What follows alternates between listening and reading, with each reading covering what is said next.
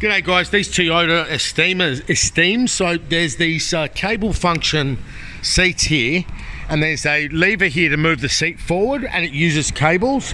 What I've discovered is when the buckles drop down there, when you try and retrieve them, you knock a cable out from a guide. Okay, and there it is right there. Okay, now if I put my hand up there, it's going to come out where the center seat belt is.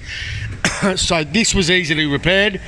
If it happens again, I will come up with something else to secure it. But Toyota has used cable ties to keep the cables in place as they run along under the seat. So if those cables are pulled by vacuum or something, that way the seat won't operate. When you pull the cable this way, the seat will operate.